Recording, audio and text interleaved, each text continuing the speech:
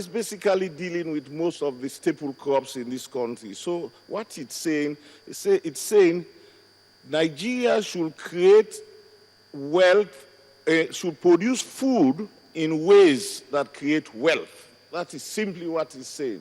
It's not just meal on the table, but money in the pocket to do other things that the country needs.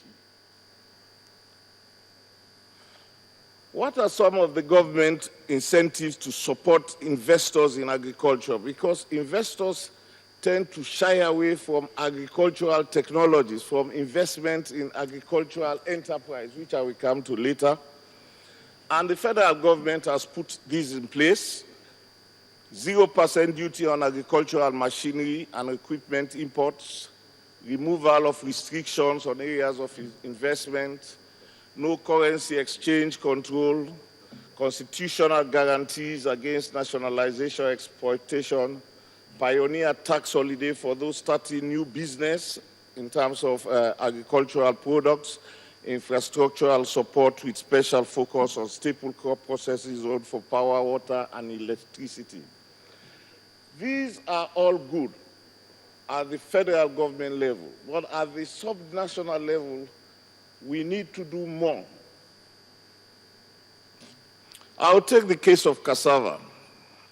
Policy alignment, which creates the market pool. We're already global leader for cassava. What we should be doing? We should encourage our textile industries to use 30% local cassava starch with every 2 years a 10% increase. We should also encourage the confectionery industries to use up to 40% local cassava flour as composite wheat flour. The alcohol distilleries, like the one in Sangota, Allied Atlantic, they should derive 80% of its ethanol from cassava importation of crude ethanol and crude ethanol progressively restricted. I now know that for the first time, Allied Atlantic has started using 100% cassava to produce its ethanol because I was there doing the launching. So lesson learned. Before I make my statement, Nigeria has come up with many national agricultural programs in this country, starting from the farm settlement schemes in the early 60s, moving on to the 80s with the agricultural development projects and then programs, and then moving to the FADAMA, and now the agricultural transformation agenda. We should learn from the successes and failures. Why most of these national agricultural programs have not contributed fully to the expected output or outcome that we anticipated, and use these lessons to define our new national programs. One thing from a review of all those national programs is that we should always consult all the stakeholders in both the planning and implementation of such programs. If we don't, we are never going to get the full benefit from such programs in terms of what they were designed to do. So, one of the lessons learned from these national programs, execution, and private sector investment into the agricultural sector, is the supply chain. So we must ensure we come up with strategies that ensure the supply in sufficient quantities of uniform and high-quality products to markets. The supply chain is the key.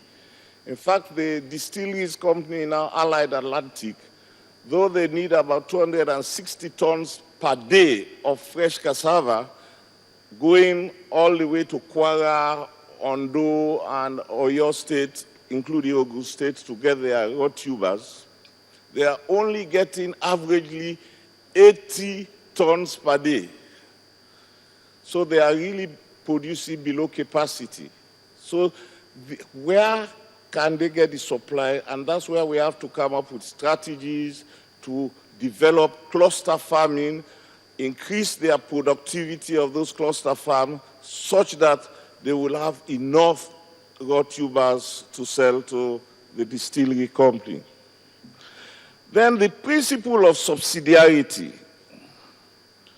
Yes, we have the national program, ATA, at the national level. But I think we must start at the local level and then move on to the state level and then the federal level. And in that way, you will see the complementarity and synergism.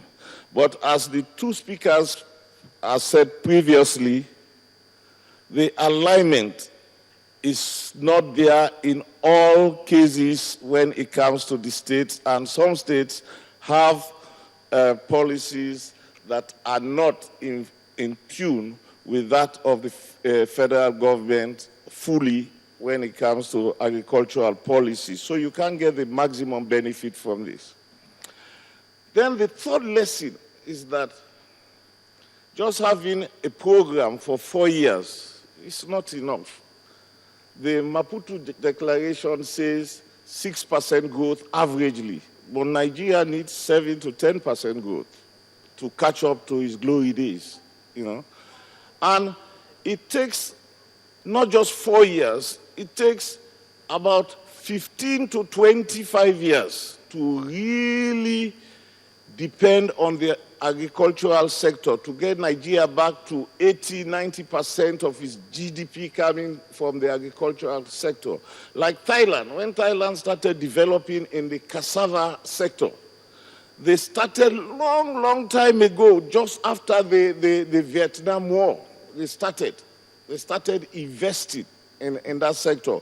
And now today, they are a global exporter of cassava products to China, Japan, and even United States and the European Union in terms of pellets and feedstock.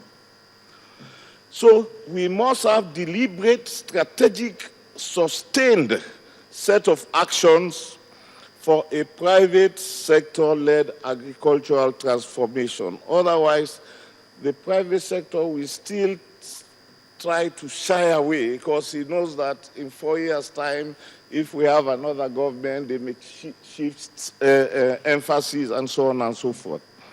And the last I want to make here is there are no quick fixes for sustained economic growth for Nigeria, 7 to 10% per year, and poverty alleviation. So I want to describe 3 models that we can use related to the agricultural value chains to improve the agricultural sector in this country so that it contributes meaningfully to the GDP of this country. One is what I call the integrated commodity chain approach, for which we adopted in this country during the presidential initiative under the Obasanjo administration.